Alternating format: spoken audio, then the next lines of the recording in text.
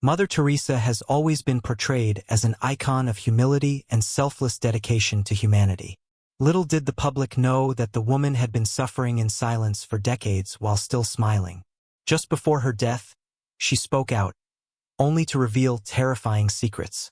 What you are about to watch will send cold shivers down your spine. Sit close as we delve into Mother Teresa's heartbreaking ordeals and terrifying secrets that have shaken the world to its foundation. Chapter 1: Mother Teresa. Mother Teresa, also known as Saint Teresa of Calcutta, was a Catholic nun and missionary who dedicated her life to serving India's poorest of the poor. She founded the Missionaries of Charity in 1950, a religious congregation dedicated to caring for the sick, the hungry, the homeless, and the dying. She and her sisters opened orphanages, hospices, and clinics, providing compassionate care and support to those in need throughout India, Africa, America, and other parts of the world. Her life was marked by charity, love, care, compassion, self-denial, altruism, and fervent devotion to God. She denied herself marriage and all forms of recognition, including the monetary rewards accompanying the Nobel Peace Prize she won in 1979. She directed that the money be donated to care for people in the Missionaries of Charity's orphanages and elderly homes.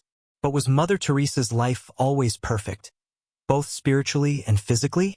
Certainly, a woman of global impact and influence, she was perceived as perfect without any affliction.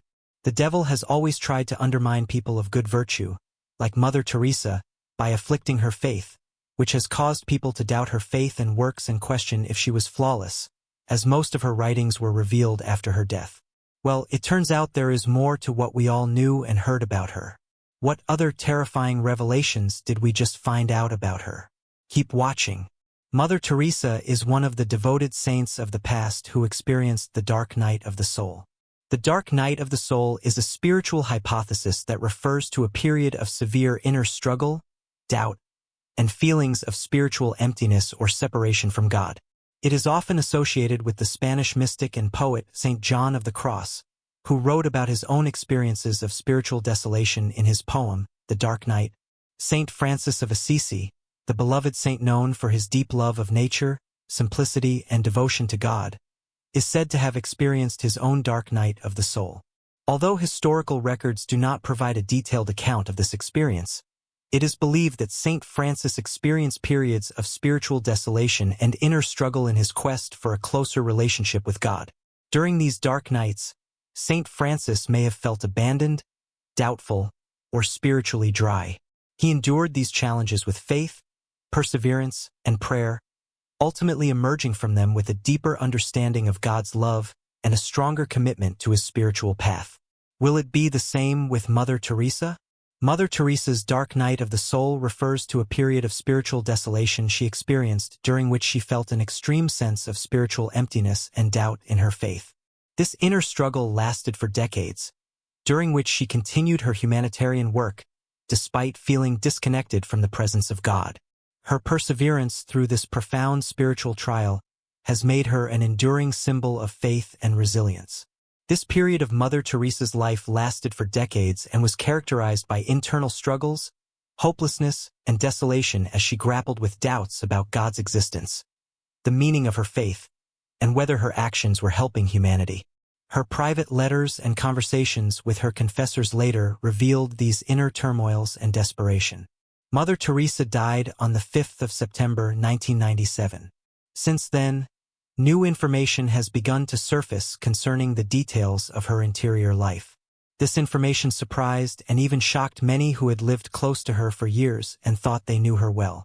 For it now emerges that in marked contrast to the shining external radiance of her presence among us, her inner world, the unseen hidden places of her mind and heart, were for many years, to our great bewilderment, a cavern of a seeming emptiness, zones of almost total darkness. No wonder she could exclaim in a letter written once to a priest, "If I ever become a saint, I will surely be one of darkness." This darkness was not an experience of depression or despair. Rather, it was the shadow cast in her soul by the overwhelming light of God's presence. God was utterly present, yet utterly hidden. His intimate, purifying love was experienced as a devastating absence, and even on occasion, as a complete abandonment. On the 17th of May, 1964, she described the state of her soul with these astonishing words: "To be in love and yet not to love, to live by faith and yet not to believe, to spend myself and yet be in total darkness." And again, some years earlier, on the 28th of February, 1957, she wrote, "There is so much contradiction in my soul, such deep longing for God, so deep that it is painful, continual suffering, and yet not wanted by God, repulsed, empty, no faith, no love, no zeal, and heaven means nothing. It looks like an empty place.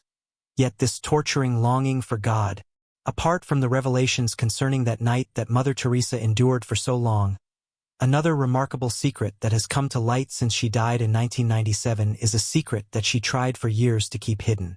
With characteristic modesty, as well as being a woman of enormous practical kindness, Mother Teresa also received a series of mystical visions and experiences. She experienced these graces immediately, or almost immediately, before beginning her work in the slums for the poorest of the poor. Jesus asked her directly and most vividly to change her life utterly and requested that she establish a new religious society or community of nuns. "I want Indian nuns, missionaries of charity, who would be my fire of love amongst the poor, the sick, the dying, and the little children." In 1946, Mother Teresa wrote, "In all my prayers and holy communions, he is continually asking, 'Wilt thou refuse?'" At the thought of what was being asked of her and conscious of her littleness and weakness, Mother Teresa replied, "My own Jesus, what you ask is beyond me. I can hardly understand half of the things you want. I am unworthy, I am sinful, I am weak." But by way of response to these words, at some point later in the interchange between them, she hears Jesus saying to her, "You are, I know, the most incapable person, weak and sinful, but just because you are that, I want to use you for my glory. Wilt thou refuse?" And again, "Fear not, it is I who am asking you to do this for me. Fear not, the whole world is against you, laughs at you, your companions and superiors look down on you. Fear not. It is I in you, with you, and for you." Mother Teresa felt a profound sense of emptiness and loneliness during her darkest moments, even as she cared for the poor and sick in Kolkata. She described feeling like she was living in a state of darkness and that God was distant or absent from her life. Despite these struggles, Mother Teresa continued with her persistent work and relentless trust in God's plan. The reality of being chosen for this particular work in this particular way was a matter of continual astonishment to her. She remarked on 3 or 4 occasions that, in this age more than any other, God wants to use nothing. Nothing, she discovered, was a word she often liked to use. On another occasion, she declared, "Father Paul, when you discover your nothingness, rejoice." Here, as much as the accent of joy, the note of liberation is speaking. What Mother Teresa meant by being nothing was in no way connected to the cold imprisonment of self-mistrust or low self-esteem. Mother Teresa believed that people were drawn to God when they saw her strong faith, yet she questioned whether this was deceptive. More than once, in her private writings, she wrestled with this question and its bewildering contrast. On one hand, blessings seemed to pour out through her to others from God, while on the other, her interior spirit was marked by utter coldness, darkness, and aridity. She confessed that when she spoke to the sisters and others about God and his work, it brought them light, joy, and courage, yet she felt nothing internally, only darkness and a sense of being cut off from God. Her confusion about this darkness persisted for many years.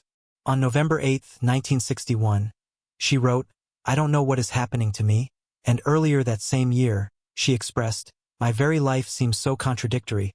No wonder she prayed on one occasion, "Jesus, don't let my soul be deceived, nor let me deceive anyone."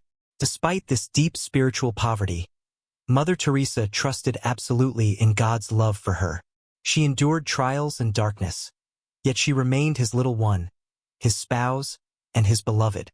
In a meditation composed during a serious illness in June 1983, she wrote, "Jesus, I love you with my whole heart, with my whole being. I have given him all, even my sins, and he has espoused me to himself in tenderness and love. Her experience of the dark night of the soul has been seen as a testament to her faith's depth and her willingness to endure suffering for others. It serves as a reminder that even the most devoted individuals can face doubt and spiritual crises. Her journey exemplified perseverance, faith, and trust in God's mysterious ways. Despite her profound suffering, she continued serving others with love and compassion, demonstrating the strength of her character and commitment to her calling. But why would a woman who so passionately loved God endure such trials?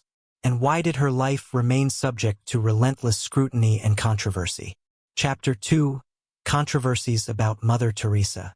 Mother Teresa was one of the most influential women of the 20th century. A short, bent woman with a commanding presence. She was a global icon whose humanitarian work spanned continents. However, was she truly as perfect as portrayed? Did she genuinely mean good for those under her care? Dr. Jack Prager, a British doctor who treated the poor for free from 1972, was initially inspired by a BBC documentary about Mother Teresa's work and began collaborating with her. However, he soon discovered that much of her reputation was unfounded. Dr. Prager reported that Mother Teresa's institutions lacked proper medical care. Patients were crammed into overcrowded rooms with poor sanitation, reused needles, and insufficient painkillers. Despite receiving substantial donations, these resources were not utilized to improve conditions. On one occasion, Dr. Prager smuggled morphine to alleviate a woman's severe burns, a gesture that highlighted the inadequacy of care under Mother Teresa's administration. A particularly heartbreaking case involved a 15-year-old boy who required a simple medical procedure.